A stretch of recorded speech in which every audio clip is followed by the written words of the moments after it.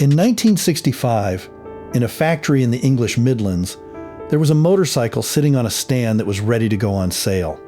3 cylinders, 750 cubic centimeters, faster than anything the world's largest motorcycle industries were selling, and built by a company that had been making motorcycles since before either World War. It did not go on sale in 1965. It did not go on sale in 1966 either, or in 1967. By the time anybody could buy one, a Japanese company had put a motorcycle on a turntable in Tokyo that made it obsolete in an afternoon. This is not a story about Japanese engineering beating British engineering. The British machine was good. The men who designed it were among the best in the business, and what they built worked. It is a story about 3 years and what a company can do to itself with them. Start at Meriden. Triumph's factory sat outside Coventry, and by the early 60s, it was producing the machine that defined what a motorcycle looked like to most of the English-speaking world. The Bonneville. Vertical twin, 650 cubic centimeters, and for a decade, it was fast enough to settle most arguments. The men running the engineering side knew that would not hold. Bert Hopwood and Doug Helle were engineers of a kind the British industry produced in quantity and then, later, failed to listen to. Hopwood had worked across most of the great British names.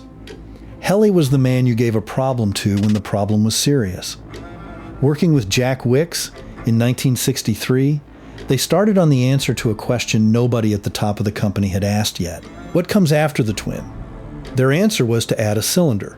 3 cylinders rather than 4, and that was a deliberate decision rather than a limitation. A triple could be built using tooling and knowledge the company already had, and it fired in a way that gave it a sound nothing else on the road produced. A hard, layered, turbine-like noise that people who owned one will still describe to you at length, unprompted, decades later. By 1965, the prototype was running, and it was ready for production. Read that again, because everything that follows hangs on it. 2 years before Honda's machine was seen by anybody outside Japan, the British had a 750 triple finished and ready to sell. They did not sell it. The company that owned Triumph by then was the BSA Group, and the people running the group were not motorcycle people. They came from business, from the professional management class that was moving into British industry in that era, and they looked at the machine their engineers had finished and decided it needed something. Not more power, not better brakes, not a gearbox with another ratio in it. It needed styling. The job went to Ogle Design, a consultancy whose previous work had been in cars. A competent firm, by all accounts, working entirely outside the thing they had been handed. What came back was a set of shapes that looked like nothing else Triumph or BSA had ever sold. Slab-sided tanks, angular side panels, and a set of exhaust silencers that ended in flattened, upswept tips. The riders who saw them called them ray guns. The restyling took time. So did arguing about it, and so did retooling for shapes the factory had not built before. And while that was happening, the calendar moved. 1965 became 66. 66 became 67.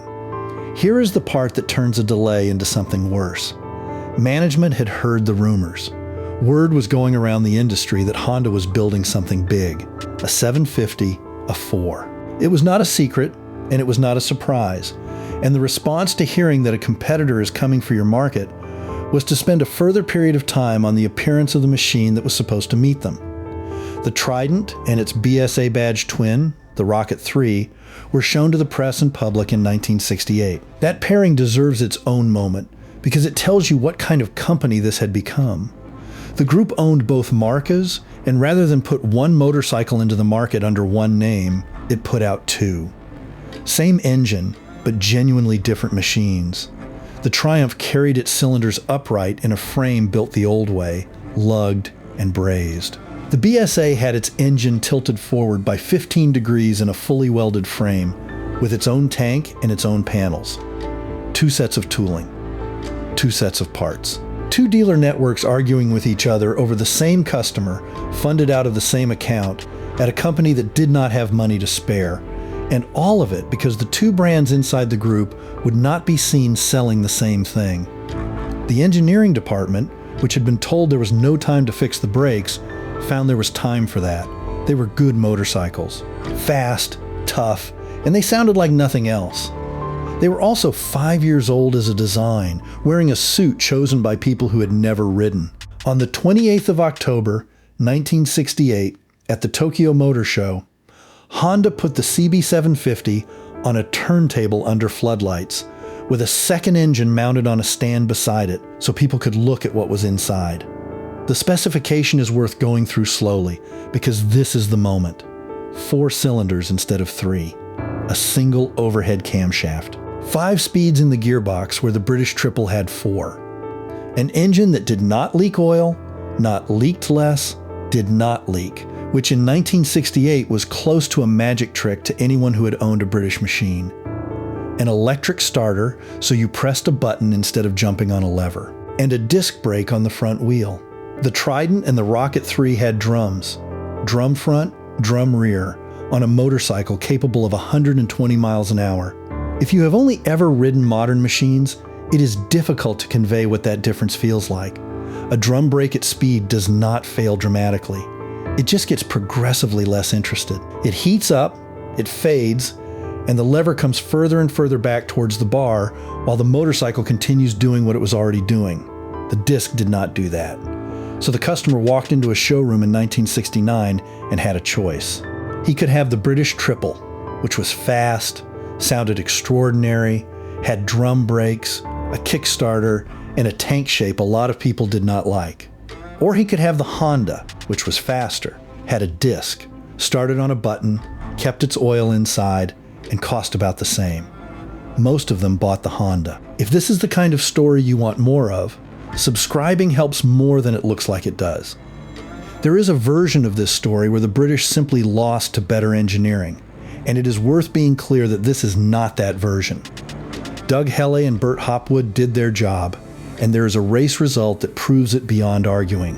Daytona, 1971. The 200-mile race, the most important road race in America, in front of everybody who mattered in the industry. Dick Mann won it on a BSA Rocket 3.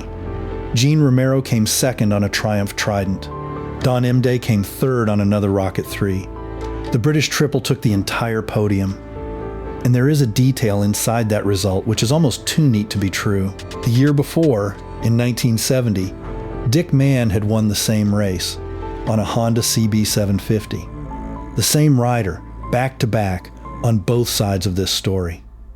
Whatever beat the Triple in the showroom, it was not the engine. The racing machines had been given what the road bikes were denied, too. Purpose-built frames by Rob North and twin disc brakes on the front wheel.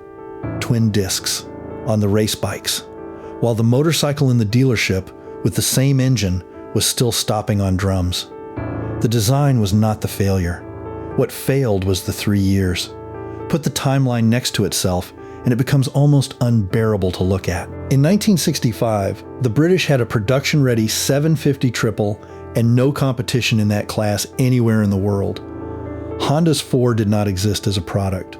Nobody else was close. Launch it in 1965, and it has the market alone for 3 years. 3 years of sales, 3 years of development money, 3 years of being the machine everybody wants.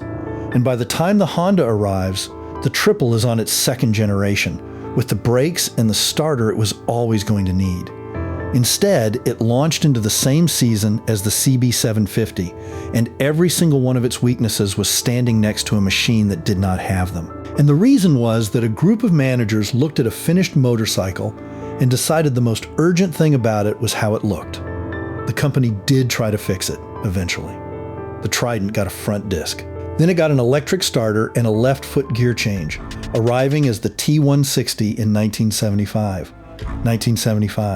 6 years after the CB750 went on sale, and by then Honda had been selling the 4 for most of a decade, Kawasaki had answered with a 900, and the class the British invented was one they no longer competed in. The T160 is, by most accounts, the best of them. It is also the answer to a question the market had stopped asking. So who built the first Superbike? If the word means the first machine of that type to reach the public, the British Triple got there first, by months.